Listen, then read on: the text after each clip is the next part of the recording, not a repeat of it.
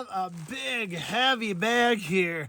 And to let you know what it is 1,000 wheat cents. That's right, we got 1,000 wheat cents here. We're going to do a search here of 1,000 wheat cents. They say it's raw, unsearched. We'll put quotes behind that because I highly doubt they haven't been searched. So we're going to open this bad boy up. This bag here is going to be used for my live streams. So if you haven't catch my live streams, we do a penny box hunt on Monday nights at 7:30 p.m. Come check us out.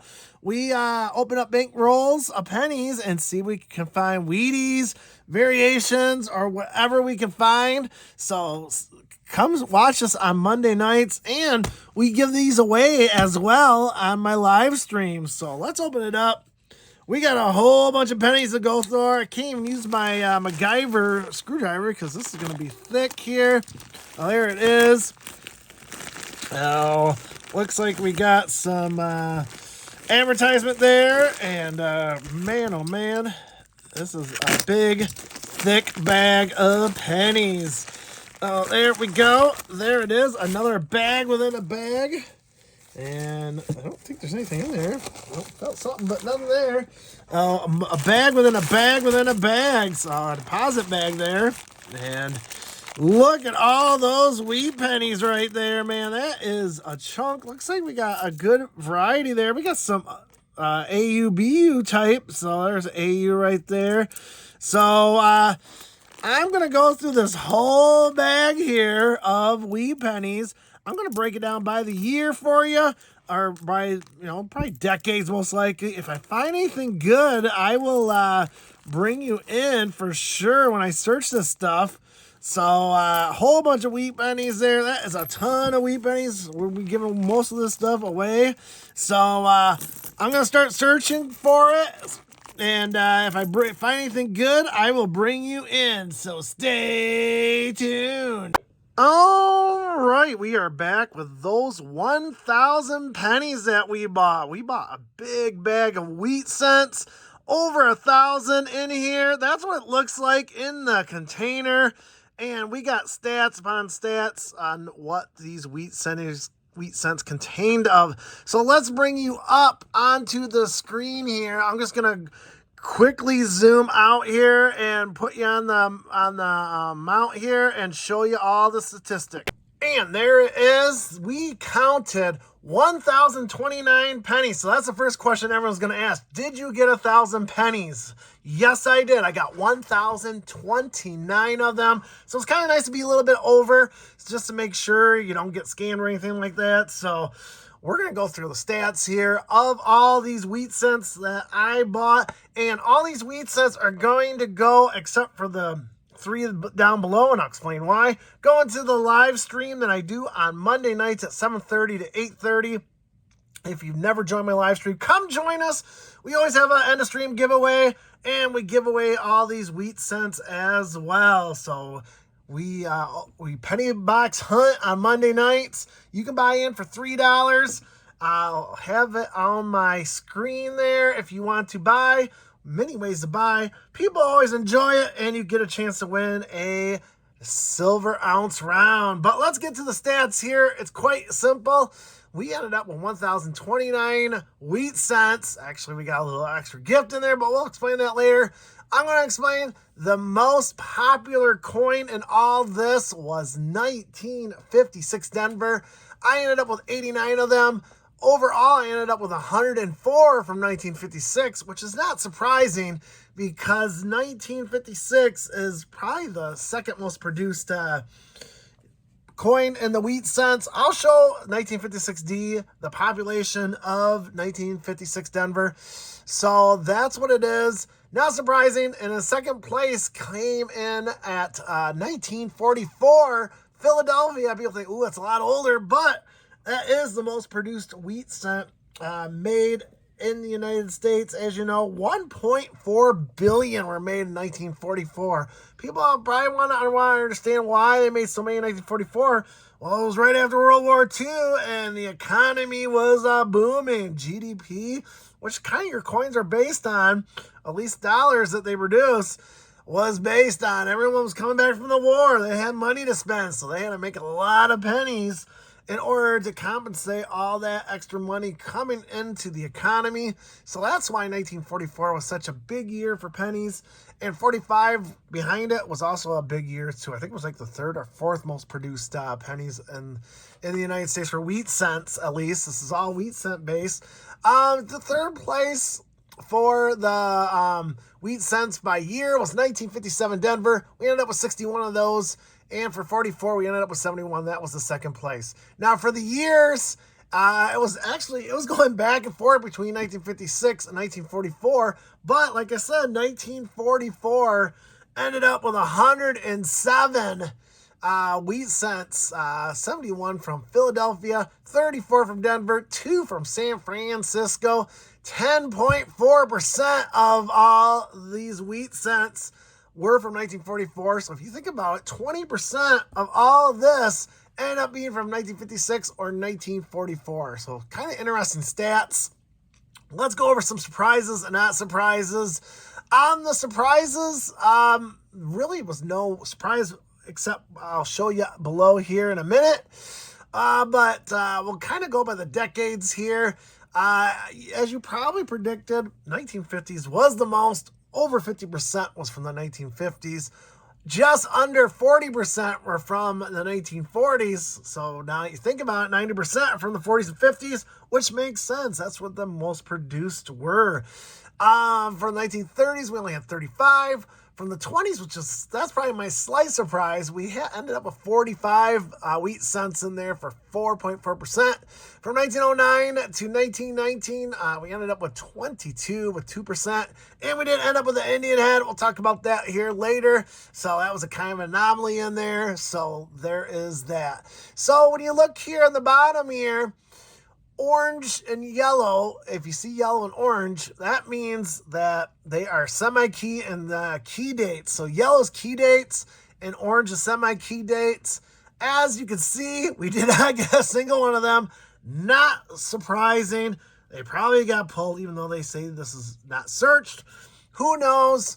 But I'm not surprised by that one single bit. I did not get a key date or semi-key date. And if you see a black there, it means that they produced a penny that year for that denomination. So 1922, there was no Philadelphia's. In 1933-34, there was no San Francisco. So that's what the black means in there. So if there's a white empty space, we didn't get any from that. So another surprising, we didn't get any from 1909, even though there is a key dates in 1909 from San Francisco, and there was not a single one, which actually kind of surprised me. 1909, it did produce quite a bit, considering all the years. I'm surprised there was not a single 1909 in there, but we did give them 2 from 1910, so that was kind of nice. Another statistic here, of those 1,029 coins, 56% were from Denver, which I'm not 100% surprised either. I bought this in St. Louis, so it's kind of in the middle between Denver and Philadelphia, which St. Louis banks and all that kind of lean towards the Denver mint versus the Philadelphia mint. So not 100% surprised there that 56% of the coins came from Denver. What kind of surprised me was San Francisco. Now, yes, they did not produce as much San Francisco as Philadelphia and Denver, but I thought I would get more. I thought I would get about 5 to 10%, and I only ended up with 23 from San Francisco. What does that mean? Well, it probably means people know that they made less from San Francisco. Probably people collect them more. Another not surprised here was from 1943, and if you recall, 1943 is the steel cent. I only received 3. I thought I would get a little bit more. 43, they actually produced, I would say a normal amount. Not a lot, not a little, not a normal amount. But again, steel cents, people love collecting them. I don't know why. There's no super extra value to them, unless it's a double die or something like that, an error. But I'm surprised we only got 3 from 1943. So kind of surprised, but I'm actually glad I got 3. So there is that. So that was all the statistics we got from this 1,000 coin count. And I'm going to bring you down here. And hopefully, and there, just gotta keep my thing stable here. So I'm gonna zoom in here in just 1 second here. Bring you over. There are 3 different coins here. So of that 1,029, one of them was not a steel or not a wheat cent. It was a Lincoln Memorial cent from 1959 there. Not surprising whatsoever right there.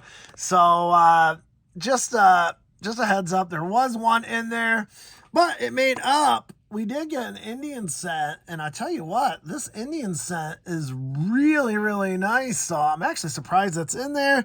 It is I think it's been clean though. It is a 1906 Philadelphia right there. So there it is right there. It is a nice wheat cent. Oh, sorry. And I dropped it, of course. So that was a nice Indian head. So, you know, it is a beautiful coin. I'm going to keep this for my collection. I don't think I have one in this good condition, even though it's a little slightly clean, I think. I think that's clean. Let me know what you guys think. It does have a nice shine to it, though, against the light there. So, you can barely see the Liberty on its headband. So, it's a nice coin. I'll probably upgrade my album. I'll throw in my older 1906 in the bag here. Again, all these wheat cents are going to go to my stream. You just never know what you're going to get in here. I'm just going to keep the 3 aside. I'll probably throw in a 1906 into the bag as well. And we did get 1 hit, so I'm actually surprised. So when they said it was unsearched, I kind of semi-believe them because we got this beauty right here. And I'm going to show that to you right now. This looks like an ordinary 1944. Again, one of the most overproduced wheat cent in the bunch there with 1.4 billion that were produced. But that's not what's special about this. We're going to flip this around and show you what we got. And there it is. We have a blank Blanchard coin right there. No wheat cent was struck on the back of that thing. That is an air coin, so that's actually worth, they're selling about $50 on eBay. So we got a nice hit right here. That about covered a good portion of these wheat cents. Is this air right here? A blank Blanchard 1944.